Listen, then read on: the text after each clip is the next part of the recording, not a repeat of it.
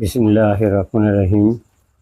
আলহামদুলিল্লাহ, সকল প্রশংসা সেই মহান আল্লাহ পাকের। প্রতি সপ্তাহের ন্যায় আজও সেই সপ্তাহের দিন সোমবার মুর্শিদ পাকের বাড়িতে এই আলোচনা করা হয়। যারা আমরা 7 দিন ইবাদত বন্দিগির মধ্যে থাকি, সেই থাকার মধ্য দিয়ে যে যতটুকু ইবাদত করে আসি, হয়তো মুর্শিদ পাকের কাছে জানানো হয়, আমরা বলি তিনি জানেন, আমাদেরকে সঠিক করেন। সেই দিন আজ আমরা বেশ গুটি কয়েক মানুষ উপস্থিত হয়েছি আলোচনা সভা করতে। আলোচনা সভায় উপস্থিত আছে আমাদের সর্বশেষ নবী, যিনি যে নবীর তরফ থেকে আমরা উঠে এসেছি, সেই নবী হলো বিশ্ব নবী, সকল নবীর নবী। তিনার প্রতি শত কোটি দরুদ ও সালাম। আসসালামু আলাইকুম। ওয়ালাইকুম আসসালাম। আমরা যে বান্দার কথা বলি, কোরআনে কারিমের মধ্যে সূরা তাহা, এর মধ্যে এই তাহার মধ্যে আছে যে আদমকে আমি মনোনীত করলাম বান্দা, আমার নির্বাচিত বান্দা। আদম হলো আমার নির্বাচিত বান্দা। সেখানে হয়তো ফেরেশতা মণ্ডলী, নুরিতনেরা বহুই ছিল, সবাইকে বাদ রেখে মহান আল্লাহ পাক কোরআনে কারিমের মধ্যে এ শব্দটি ব্যবহার করেছে সূরা তাহার মধ্যে। এখন সেই আদম বা হলো বান্দা, আমরা সেই বান্দা দাবি করি, কিন্তু আমাদের অনুসারীর মধ্যে অনেকেই অনেক রকম দাবি করে বসে আছে। হয়তো বোনেদের মধ্যেও, মেয়েদের মধ্যেও এরকম অনেকেই অনেক কিছু দাবি করে বসে আছে। এই যে দাবি, এই দাবির কথা মুর্শিদ পাক তিনার বক্তৃতার মধ্যে অনেক কিছু বলেছেন। সে বলাগুলো হয়তো আমরা ভুলে গেছি, আমরা সেগুলো ছেড়ে দেই।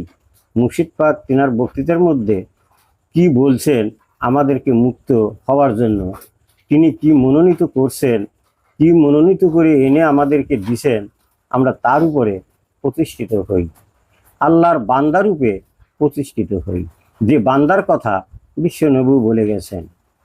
এই হয়তো অনেকে বলে থাকেন যে উম্মতে মুহাম্মদী হলো আল্লাহর বান্দা, অর্থাৎ মুহাম্মদের অনুসারীগণ আল্লাহর বান্দা হয়। তো এখন আমরা মুহাম্মদ সাল্লাল্লাহু আলাইহি সাল্লামের উপরই বা কতটুকু অনুসারী আছি? বরঞ্চ যারা দাবি করতেছি, এখন বিশ্ব নবীকে তো পাত্তাই দেই না। কারণ যে আমরা সেই আদম নূরের হেদায়েত নিয়েছি, আমরা আর বিশ্ব নবী কেডা, কে কেডা। কিন্তু না, খবরদার, কাউকে বাদ দেওয়া যাবে না। মুর্শিদ পাকের অনেক বক্তৃতার মধ্যেই আছে যে যদি তুমি কাউকে বাদ দাও, তাহলে কিন্তু তোমার দেহ সেদিন বাদ পড়ে যাবে, তোমার দেহ ঠিক থাকবে না। এই যে আল্লাহর নির্বাচিত বান্দা, কোরআনে কারিমের মধ্য থেকে তিনি যে আমাদেরকে অভিহিত করলেন, সে অভিহিতটা আমরা রাখছি না কেন? আমরা সেটিকে সদা সর্বদা ধরে রাখি। আমরা বান্দা হই। বান্দা না হয়ে আমরা একজনের কিস্সা গাইতেছি, অমকে কি হলো তার কিস্সা গাইতেছি, আমি এটা হইলাম তার কিস্সা, তাও তো সেটা সঠিক বলতে পারি না। তার কারণ মুর্শিদ পাকের কথায় আছে, তুমি কোন জীবন ধরে কোন জীবনের কথা বলো? তুমি আগে তোমার জীবন ধরো, তারপরে তুমি জীবনের কথা বলো। এখন আমি কোনো জীবনই ধরতে পারলাম না, আমি জীবনের কথা বলতেছি। কি জীবনের কথা বলবো? এটা কি ইবলিসিয়াত হবে, নাকি আল্লাহর বান্দার কথা হবে? তিনি যে বান্দা নির্বাচিত করলেন মহান আল্লাহ পাক, সেই বান্দা যখন কথা বলল, আর সেই বান্দা যখন আমাদেরকে আল্লাহর সমস্ত কিছু আমাদের উপরে অর্পণ করলো, নিজের করে দিল, আমরা সেই বান্দাকে চিনতে পারলাম না। এখন সেই বান্দা অনেক কিছুই দিতে পারেন নাই, হয়তো পূর্ণ করে দিতে পারেন নাই। অনেকেই আমরা কথা বলে থাকি। আমি অনুরোধ করব, তোমরা এই কথাবার্তাগুলো বলে পাপ গলায় টেনে নিও না। পাপ গলায় টেনে নিও না, সেদিন অন্ধকার হয়ে উঠবে। জেনে মানুষ, তোমরা জেনে রাখো যে তোমাদের মুর্শিদ পাক বলেছেন যে তোমাদের কোনো কিছুই নাই, তোমরা যে দেহ ধরো, কথা বলো, চোখ রাখো, সব বলো, এ সমস্ত কোনো কিছুই তোমাদের নাই। তোমরা যে জীবনে আসো সে জীবনও তোমরা জানো না। তোমরা কোন জীবন ধরে উঠে এসেছো তাও তোমরা জানো না। তোমরা কোন জীবন ধরে চলো তাও তোমরা জানো না। তাহলে আমাদেরকে যে মুর্শিদ পাক জীবনে এনে দিল, সে জীবনটা কি এ সম্পর্কেও আমাদের বোধগম্য নাই। হয়তো তিনি মুখে বলছেন, আমাদের বোধগম্যে সেটা আসে নাই বা রাখেনি। কিন্তু যারা দুই একজন রেখেছে তারা তার অনুসারীগণই রেখেছে। এখন এদের মধ্যে তারা হয়তো চুপ করে বসে আছে যে কি কথা বলবো, কোথায় ভুল করবে, আর আমাকে সেখান থেকে কেটে দেওয়া হবে। আমি কেটে গেলি যত কথাই বলি না কেন, সেদিন আমার দৃষ্টি থাকবে না আখেরাতের দিন বা আখেরাতের পরের দিন, অন্ধকার হয়ে যাবে। এই অন্ধকার দিনটির অপেক্ষায় আমরা সে কথাগুলো হয়তো বলতে সাহস করি না।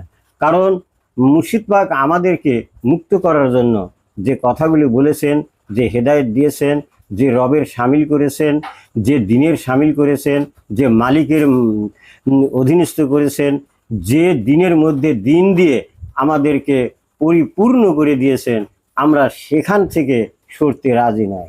তার কারণ আমাদের কোনো আশা ভরসা নাই যে আমি মাতব্বর হব, গোল মিটিং করে, আমি দরবার করে, ইলেকশন করে আমি সেই জয়ী হব। এ ভরসা সেই বান্দারা কখনোই করে না। তারা একটাই আছে, সেই আখিরাতের দিন যাতে আমরা আমাদের মুর্শিদ পাকের দেওয়া সেই সুরাতের উপরে দণ্ডায়মান হয়ে দাঁড়াতে পারি। এই জন্যেই তারা মুখও চাপিয়ে রেখেছে যে আমরা যাতে আমাদের সেই দিনকে, মুর্শিদ পাকের দেওয়া দিনকে আমরা না হারাই। সে দিন যখন যে দেখেছে, সে দিন যখন সে বুঝেছে, সে দিনের ভিতরে যখন সে গেছে, সে দিন নিয়ে যে চলে, সে কখনোই এই গোল মিটিং করে যে দিন কায়েম করবে, কখনোই সে দিন হবে না। তোমরা জেনে রাখো, মুর্শিদ পাকের রহ ইউটিউবই সারা আছে বিশ্ব জুড়ে। তোমরা এক কথা বলবে আর বিশ্বের মানুষ সেটা মেনে নেবে, তা কখনই হতে পারে না। বিশ্ববাসী এখন সচেতন, এটা এলার যুগ, এলার দিন, এলার সব কিছু। এখন আল্লাহর বান্দারা কথা বলবে, এখন কোনো রকম কোনো কিছুর অজুহাত চলবে না, প্রকাশ থাকবে না। তোমরা যা হয়েছো, যা জেনেছো, তা হয়তো তোমরা নিজেরাও জানো না। মুর্শিদ পাক বলেছেন যে যার যার কৃতকর্ম সে নিজেই প্রকাশ করবে। ঠিক অনুরূপ আমরা এইটুকুই দেখতে পাচ্ছি যে কোনো কিছুর দাবি তারা করে নিয়ে তারা মানব জাতিকে ভুল ভ্রান্তির দিকে ঠেলে দিচ্ছে। হে মানব জাতি, হে মানব জাতিগণ, তোমরা কখনোই কাহারও ভুল ভ্রান্তিতে পড়বে না। তার কারণ মুর্শিদ পাকের বাণী বিশ্ব মানব জাতির উদ্দেশ্যে ছড়ানো ছিটানো রয়েছে। এখন সে কথা বলে গেছেন, সে দীক্ষা কিভাবে নিলে পারে, কোথায় আসলে পারে, কোথায় গেলে পারে, তোমার সেই সঠিকতা তুমি অর্জন করে নিয়ে সেই এলার দেওয়া দিনে তুমি সামিল হতে পারবে। এখন এলার দিন কি? এলার দিন যে রচনা করেছেন তিনি হলেন আল্লাহর নির্বাচিত বান্দা। তিনি দাবিও করেছেন যে আমি আত্মকামেল হজরত মোহাম্মদ আমির আলী আত্মসত্তায় বেলায়েতি। তিনি তেনার আত্মার উপরে সত্তা বসায়ে বেলায়েত দাবি করেছেন। এই বেলায়েতের ভিতরে হলো আল্লাহর সমস্ত কিছু। তিনি সেই আদম জাত দাবি করে, যাতে মানুষ জাত সুরত নিয়ে এই পৃথিবী থেকে বিদায় হতে পারে। এই বলেই আমি আমার সংক্ষিপ্ত আলোচনা এখানেই শেষ করছি। আল্লাহ হাফেজ। জয় হোক আদম নূরের।